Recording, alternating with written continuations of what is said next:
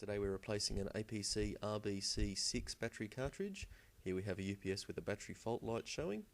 We need a Phillips screwdriver, scissors, double-sided tape and the replacement batteries.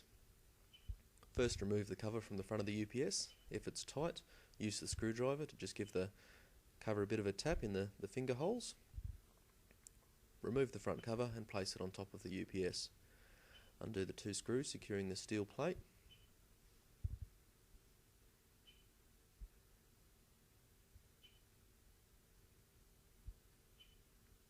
Then you can slide the battery out. Remove the black and red terminal wires. Remove the battery entirely. Now just check to see that the batteries that you're putting in are the same size as the batteries that have come out.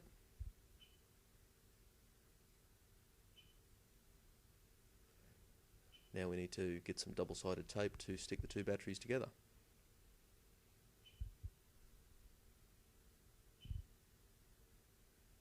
Two pieces is normally enough. Apply them to one side.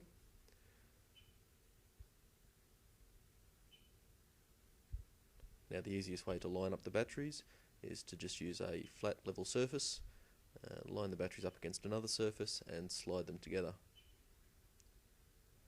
Once they're together, tip them up on their end, apply some pressure, and as you can see the double-sided tape we use is quite strong. Now remove the interconnecting fuse and fit it to the new cartridge.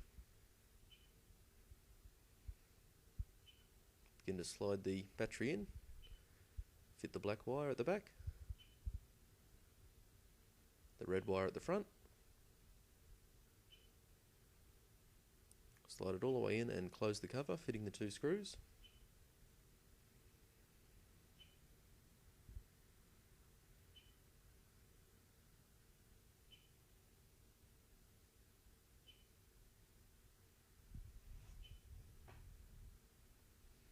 Place the front cover back on